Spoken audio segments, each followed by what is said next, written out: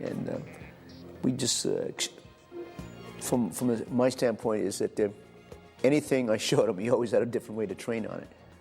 I introduced him to the small bag. It was made basic for kids.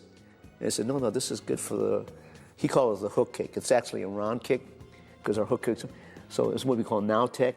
So he has a little small bag, which is actually for children. And he started using that to kick and things of that nature, you know. My times alone with Bruce Lee, well, I really treasure it, because they were, I was allowed to be, if I wanted to, creative. I was allowed to question if I wanted to, which was very rare in a traditional Japanese or Chinese or Korean or Okinawan system at that time period. You know, their rule was law at that time. So we did a lot of experimentation. He did a lot of experimentation. He encouraged me to do a lot of experimentation, which I liked, you know.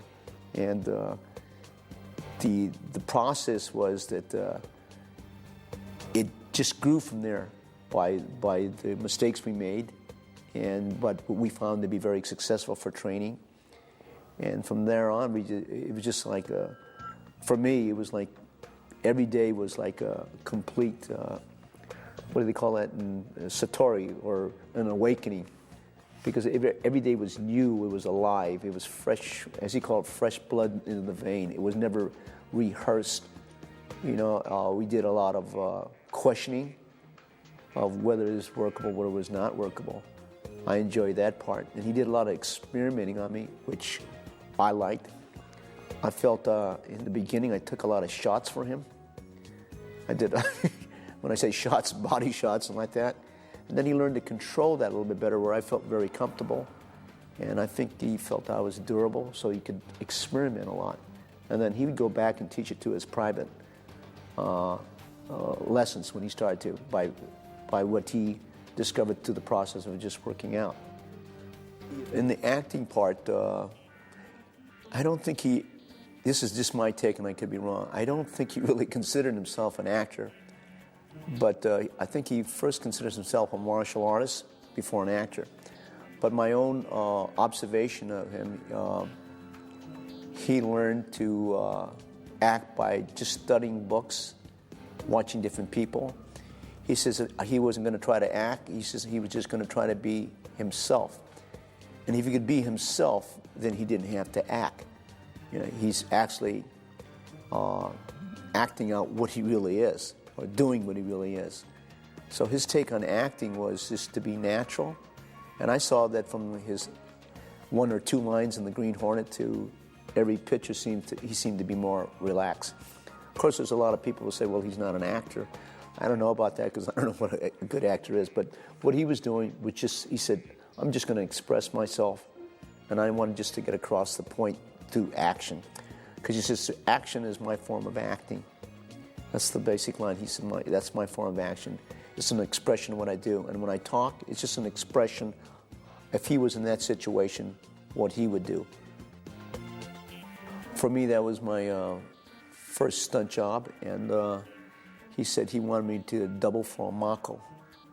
And it was called the praying mantis. And he says, you don't have to do the praying mantis set, but you want to look like the praying mantis. And he says, I'm going to have you double. It was very educational for me, because that's my first stunt job ever. And obviously, I think I probably made a lot of mistakes on that too, but he was nice enough to not yell at me or scream at me, and just let me do my thing as it progressed. When he left for Hong Kong, he told me, I'm going to be an actor. I'm going to read up, I'm going to be sort of a director. I'm going to be a cinematographer. And he started naming all these things, because I've been reading up. And in my mind, I'm thinking, man, but you're a martial artist. And I'm saying, how are you going to learn cinematography, directing, and all the different parts, lighting and stuff like that, and just overnight, you know? And I didn't say it to him, but in my mind, I'm thinking, I don't think he's ready. And so what he did was study a lot, because he felt it was important to learn a little bit of everybody's job as to highlight his action. He also told me that it had to be more kicking than hands, because hands, you have to widen the motion up. And so that's what he did with a lot of his punching. He widened it up a little bit, because has to take time in the eyes of the camera to register. If he did all the short stuff, it wouldn't register. So he went to kicking because you could see the motion, gives it time for the stuntman to react to it. And he made really a study of it because he realized, I think in the beginning, he tried to fight, do it like you're fighting, and you can't do it. You know, just like you can take fencers that way too. They could be very good and even collegiate champions, but it's different when you do it for theatrical fencing. And he understood that, you know, about how to make it work, how to time it so you have a pause. He had pauses where most fight scene was. He had the pause where the guy, and he would just stand like that, and then he could. So he knew how to put the pauses at the right time, and that came just by studying different people. He did it a lot by studying Japanese swordplay, and he took a lot from a lot of stuff like dramatically, how to make it more dramatic, and that came about through just studying and using a videotape to see what it would look like. For me, it was a great enjoyment, and for me, it was like, well, for him, because I know it accomplished what he wanted to accomplish. It was a big thing, so I was happy because he was happy that he had gotten to. I didn't really think, this is funny when I look back, because I really didn't think. I know he always was a good martial artist, but I didn't think, and people said, well, he's not an actor, he's never going to make it. You know, and it's really nice to see a person make it, even though he might not have been the greatest actor in the world, but he had definitely had presence on the screen.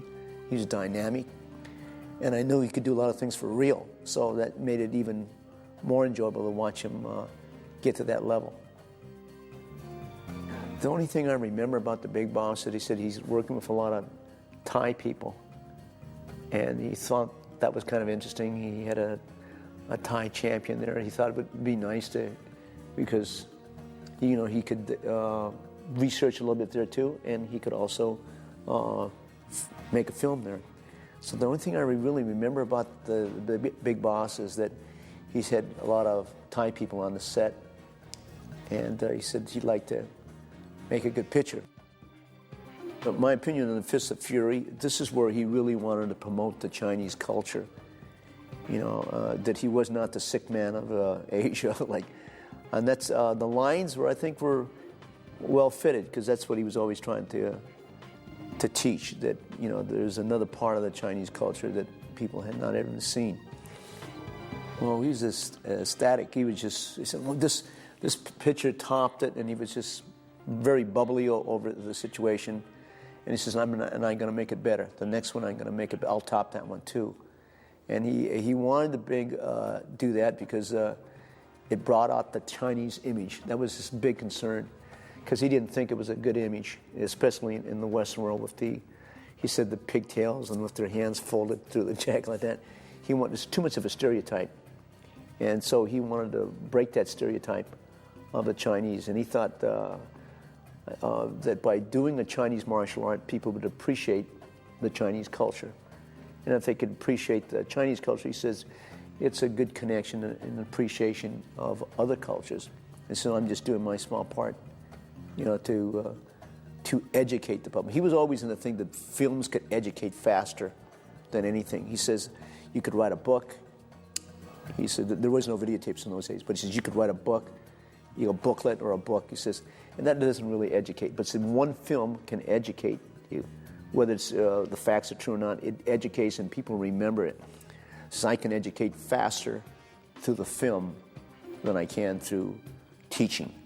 And I remember that part about. So he says this film is going to do it. It's going to educate people on the Chinese and have a different image. He said for the Chinese. On the way of the dragon, I think he was trying. That's one of the lessons there. One of the lessons was that he wanted to show the broken rhythm, that he was losing, and then when he started using the broken rhythm, that he would regain his proficiency. The other thing is when he tried to show by honoring that there was respect, even the person. That's why he put the gi over Chuck Norris, and that was a sign of respect, that even though a warrior pays tribute to a warrior, even though he's defeated him. I worked with Bruce Lee on the Game of Death, and they're very educational for me because, again, he says, just be yourself. And he coached me on my scenes and my few lines that I had. And in the fight scenes, we just went back and forth. He established what I should do, what I shouldn't do. And I found him to be a very, very patient coach for me when I was first getting into the business. The bottom floor was supposed to be guarded by karate. And this changed many, many times. The second floor, at least when I was going through, he says, will be guarded by a person very proficient in something like praying mantis. And the third floor would be a kicking system and a throwing system. And then the fifth floor, but he changed the floors, I think, was supposed to be a weaponry floor, which he wanted me to take care of. And then the last floor was the floor of the unknown, which is he uses Kareem Jabbar as. It has no style, it's the style of the unknown. At each floor, he has to learn how to solve the problem of fighting with that particular plot. And for me, he just called me, he said, would you love to play it? And at the time I was teaching school, I asked my principal, could I take off for 2 months? And he said, well, you're not going to get paid. So I did that. I took off for 2 months and went to Hong Kong.